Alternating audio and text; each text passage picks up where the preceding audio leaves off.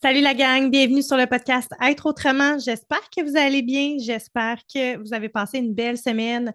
Dernière semaine de janvier 2025 et j'avais juste envie de vous faire un podcast vraiment spontané avec ce qui est là dans mon énergie pour peut-être t'amener ces prises de conscience chez toi aussi. Mais juste avant, je veux remercier Yummy Sports qui nous offre 15 de rabais sur tous leurs produits. Alors, Être autrement 15, si ça vous intéresse de venir tester ces magnifiques produits, des produits québécois, dont dois-je le rappeler. Vraiment, vraiment, un gros merci à Yummy. Vous êtes tellement dans ma routine, si vous saviez à quel point. Alors, en cette dernière semaine de janvier, j'avais envie qu'on aborde l'alignement. J'avais envie qu'on aborde cette espèce de quête sans cesse de toujours trouver quelque chose à l'extérieur de nous pour nous donner le droit d'exister, pour nous donner le droit d'aller de l'avant, pour nous donner le droit d'affronter nos peurs, pour nous donner le droit d'avancer, de faire les changements qui, on le sait, qui doivent être faits. Et trop souvent, on reste dans ces peurs-là. Trop souvent, on est pris avec ces boulets-là que j'appelle attachés à nos chevilles. Et notre fameuse drama queen qui est comme, je l'imagine tellement comme un petit diable qui est juste en train de taper sur un écran d'ordinateur pour t'envoyer toutes les pensées pas possibles, tous les scénarios pas possibles, pour te faire le plus peur possible et te dissuader d'amener les changements que tu sais qui doivent être faits dans ta vie pour avancer. Ce qui t'empêche d'avancer, ce qui t'empêche de prendre cette décision-là, qui peut être plein de choses, qui peut être le premier step pour te partir en affaires, qui peut être de détacher d'une relation toxique dans ta vie, qui peut être de changer une habitude que tu as qui t'empêche de te connecter à l'amour de toi-même, qui diminue ta confiance en toi. Ça peut être tellement de choses, la gang, mais on le fait pas. On le fait pas parce que on a peur. On a peur du jugement, on a peur de l'abandon, on a peur d'être rejeté, on a peur du succès. Mais oui, des fois, on a peur du succès, mais on a surtout peur d'échouer. On a peur que si on prend ce choix-là, si on fait cette décision-là dans notre vie, on a peur de faire une erreur. On a peur d'échouer. Je ne quitterai pas mon travail parce que si jamais je me lance en affaires puis ça ne fonctionne pas. Regardez bien le discours que vous avez, à quel point il peut être négatif. Parce que la réalité, c'est que, et si ça fonctionnait? Et si le fait de quitter cette relation dans laquelle tu ne te sens plus épanoui, dans laquelle tu peut-être trouves que ça fonctionne à un sens, et si c'était la plus belle chose de ta vie? Et si à partir du moment où tu prenais cette décision-là, toutes les opportunités que tu attendais débloquaient? Je veux tellement que vous réalisiez à quel point tout se passe à l'intérieur de nous d'un point de vue énergétique. Tant qu'on ne sera pas aligné à qui on est, on va obtenir des résultats non alignés, dis-je, dans votre vie. C'est tout simplement ça. Si tu crois que tu n'es pas digne de faire de l'argent, bien, tu vas continuer perpétuellement à attirer à toi des expériences, des évidences dans ta vie que tu ne mérites pas l'argent. Les croyances qu'on a, le brainwash qu'on a eu, hein, de par notre éducation, la société, etc. La beauté de ça, c'est qu'en fait, grâce à la neuroplasticité, on peut changer ces croyances-là. On peut décider de croire à autre chose. On peut reprogrammer notre subconscient qui est, si je peux l'imager le plus simplement possible, c'est que notre cerveau, c'est comme un ordinateur. Puis notre subconscient, c'est comme des dossiers, des disquettes dans notre ordinateur. Et le rôle de notre cerveau, c'est de nous garder en vie. Alors, sa job à lui, c'est de toujours aller essayer de matcher comme un algorithme de réseaux sociaux ce qui s'est passé dans ta vie avec ce que tu vis aujourd'hui pour aller le classer à la bonne place. OK? Donc, souvent, vous allez peut-être dire, ah oui, j'ai un pattern. Je revis telle histoire, je revis telle situation, puis je sais pas pourquoi. C'est le subconscient qui vient ramener à des histoires du passé. Et si on apprenait à se choisir? Et si se choisir était la clé de ta libération? Puis ce qu'on fait, nous, on la jette à la mer, cette clé-là. Parce qu'on ne veut pas déplaire. On ne veut pas que les gens pensent qu'on est égoïste, qu'on pense juste à nous. On veut tellement pas paraître d'une X façon dans le regard des autres qu'on se met continuellement ces masques-là. Le problème, la gang, c'est que ces masques-là, c'est pas toi. Ce n'est pas ce que tu veux. Les masques que tu portes devant les autres pour avoir de l'air d'eux, ce n'est pas ta vérité.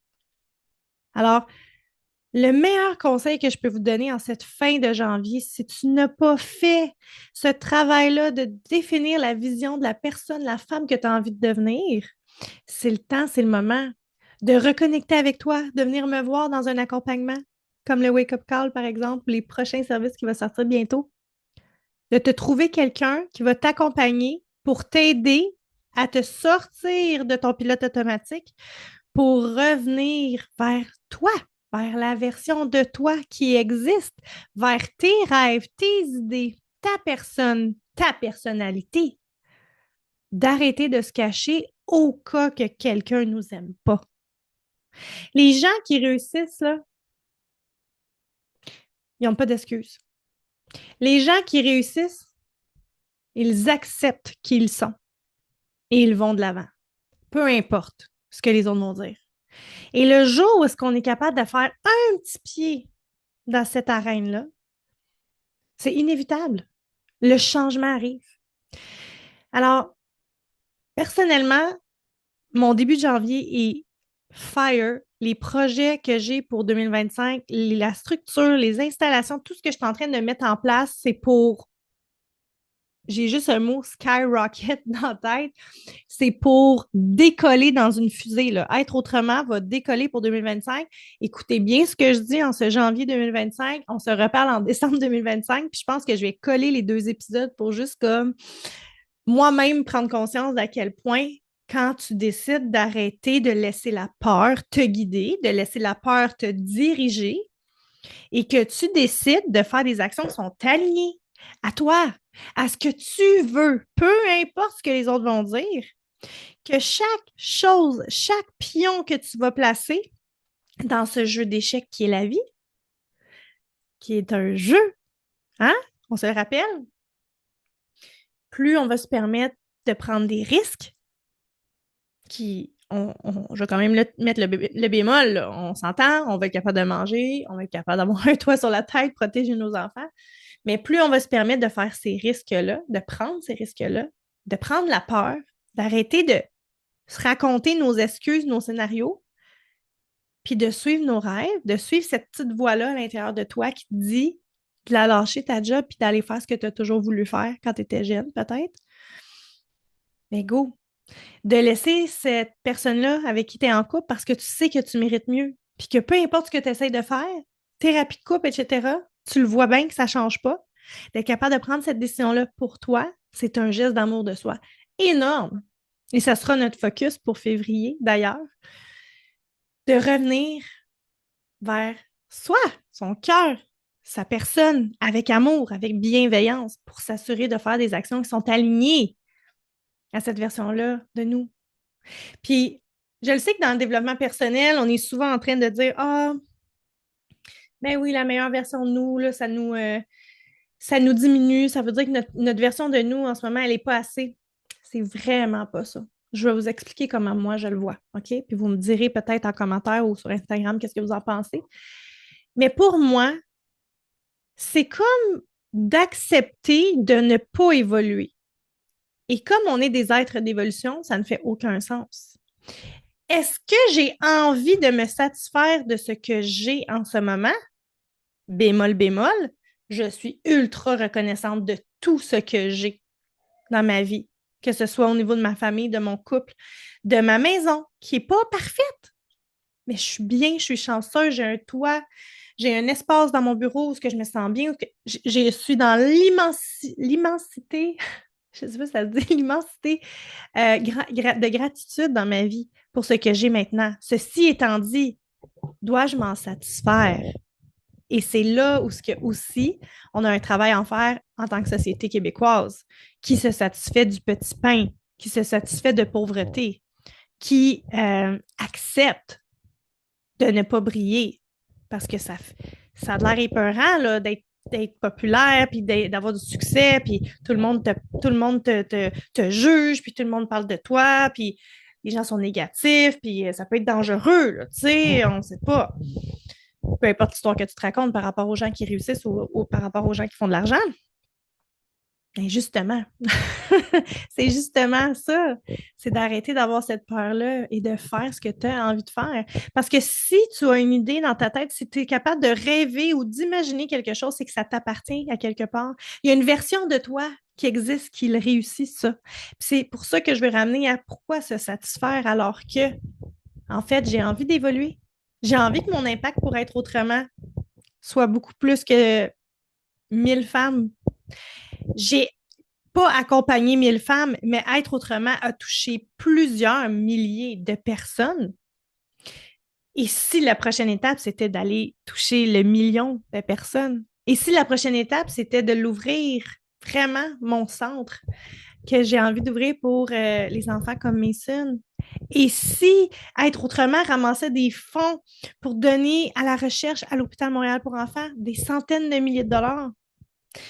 Voyez-vous ce que je veux dire? Pourquoi me satisfaire alors que je peux créer encore plus d'impact, toujours en étant aligné à ce qui est important pour moi? Puis moi, ce qui est vraiment important pour moi, c'est d'amener la plus belle vie possible à mes enfants, à mes sons. Et tout ce que j'ai envie de faire et d'essayer pour lui nécessite de l'argent. Alors, est-ce que la version de moi d'aujourd'hui n'est pas valide? Absolument pas. Si je regarde la Eugénie d'il y a 2 ans, et même dans mon visage, je vois une différence dans mon visage, la gang. C'est fou, là, à quel point, quand on change notre énergie, quand on change comment on pense, comment on peut même voir un impact dans notre physiologie, c'est absolument incroyable. Alors, non, je vais continuer d'évoluer, je vais continuer d'amener mes rêves à un autre niveau. Je ne suis pas en quête d'accomplir ces rêves-là. Je suis en quête de me nourrir. Je suis en quête de me sentir encore mieux puis de vivre des expériences magnifiques, extraordinaires avec ma famille. C'est ça ma quête, d'aider les gens à reconnecter avec soi parce qu'on est tellement déconnectés. On vit comme des amnésiques dans la société, comme des robots, là. Hein? On passe la main, là, puis « Allô? T'es-tu là? Réveille, là. Hein? Allô? » Puis là, ah, Colin, je ressentais même plus d'émotion. C'est jusque-là qu'on va comme société. Alors, c'est pas de se dire qu'on n'est pas valide, c'est tellement pas ça. C'est plus de se dire on mérite mieux, on mérite plus, on mérite mieux, tout simplement. C'est notre droit de naissance d'avoir une vie extraordinaire. Mais c'est notre responsabilité de faire les choix, de faire les moves stratégiques, de prendre action vers cette version-là de nous. Mais encore une fois, le problème, c'est qu'on ne l'a jamais créé, cette version-là de nous qui réussit. Moi, je vais vous confier quelque chose. J'ai toujours su à l'intérieur de moi que j'allais être une personne connue et que j'allais faire de l'argent. Demandez-moi pas comment, puis comment que ça se peut, puis comment que je vais y arriver. C'est pas ça. C'est je le sais à l'intérieur de moi. Ça m'appartient, c'est dans mon énergie, c'est dans mes cellules. Puis j'ai décidé que pour 2025, j'allais écouter tout ce qui était dans mon énergie.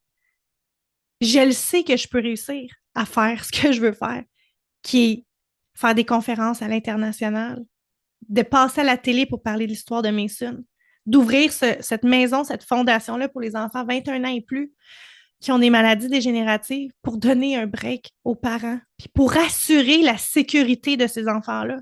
Parce que, parenthèse, à 21 ans, mon fils va être retiré de l'école et à partir de ça, c'est fini, bye-bye. Votre enfant n'est plus considéré, même s'il est handicapé, qu'il demande une sécurité 100% du temps. Ça veut dire que ces parents-là, peut-être qu'ils ont déjà arrêté de travailler, parce que dans certains cas, comme je connais des gens qui ne peuvent pas travailler, vont être obligés d'arrêter de travailler. Et là, n'auront plus cet espace pour respirer parce qu'on va se dire c'est extrêmement demandant, autant émotionnellement que physiquement. Alors, ça semble presque pas possible d'y arriver, mais chaque jour de ma vie, je fais une action vers cette version-là de moi qui réussit. Il y a 2 ans, là, on se serait parlé, puis on m'aurait dit que je ferais des conférences, même à aller jusqu'en Jamaïque, que je serais déjà devenue auteur d'un livre que bientôt je vais qualifier de best-seller. Parce que oui, la gang, c'est mon objectif. Je vais avoir besoin de vous autres. Jamais, je vous aurais cru. Jamais, jamais. Mais j'avais cette vision-là de moi qui réussit, qui est capable de sécuriser un montant mensuellement stable pour assurer la sécurité dans ma famille, pour qu'on soit capable de se payer des choses. Tout est possible à celui qui décide de croire en l'invisible, en la magie, qui décide de croire en lui. Tout est possible. On a tous ce droit-là, je le répète, de vivre une vie extraordinaire. Tu mérites la plus belle des vies. Point final. Il n'y a personne dans cette expérience terrestre qui ne mérite pas de vivre la vie la plus extraordinaire qui soit. Dès qu'on arrive dans ce monde-là, on est rempli de possibilités. Puis après, ben, chacun d'entre nous vivons dans un environnement qui est différent, qui va venir teinter nos croyances, qui va venir teinter nos perceptions de la vie, de ce qui est bien, de ce qui est mal, de ce qui devrait être. Alors, mon plus grand souhait en cette fin janvier et pour entamer ce début février qui est vraiment dans l'amour de soi, c'est d'être reconnecté à toi, de te reconnecter à toi le plus vite possible, de te poser les questions, de venir chercher de l'aide. C'est pas être faible d'aller chercher de l'aide, c'est d'être intelligent pour aller plus vite que la majorité des gens qui continuent d'avoir ce discours-là que moi, j'ai pas besoin d'aide. Je veux te rappeler que jeudi de cette semaine, midi, sur Zoom, je te laisse le lien dans la bio, dans la description de l'épisode. Viens t'inscrire, viens voir. Je t'offre un coaching gratuit. Ça s'appelle l'heure de vérité. On va avoir vraiment une thématique sur l'amour de soi. Comment apprendre à t'aimer davantage. Alors, ne manque pas ça. C'est des coachings, dis-je, qui ne sont pas enregistrés. Donc, c'est un one-shot deal. Si t'es pas là, t'es pas là. Si t'es là, ben, tant mieux. Tu profites du coaching avec moi. C'est vraiment ma façon à moi de vous immerger un petit peu plus dans mon monde, que vous voyez un peu comment j'enseigne. Même si c'est du contenu gratuit, je viens quand même donner beaucoup de valeur. Je peux sélectionner des gens pour des hot seats, je vais répondre à vos questions. Fait que profitez-en. Je ne sais pas combien de temps ça va durer. C'est mon projet de 2025 de venir vous faire ça à chaque mois, mais qui sait? Tout est possible, tout peut bouger, tout peut changer. Tant que ça reste aligné à ma mission et à mon alignement du moment dans l'énergie, ça sera ça, ça sera là. Mais on ne sait jamais. Alors, je vous souhaite une belle semaine, vraiment. Prenez le temps de faire cette introspection-là dans votre vie pour bien clore votre premier mois de 2025, puis vous assurer, puis vous poser la question, est-ce que j'en ai fait des actions? Est-ce que j'ai bougé en 2025? Puis si la réponse est non, viens m'écrire. Je vais t'aider pour que février soit le début de ton émancipation. Bye bye tout le monde.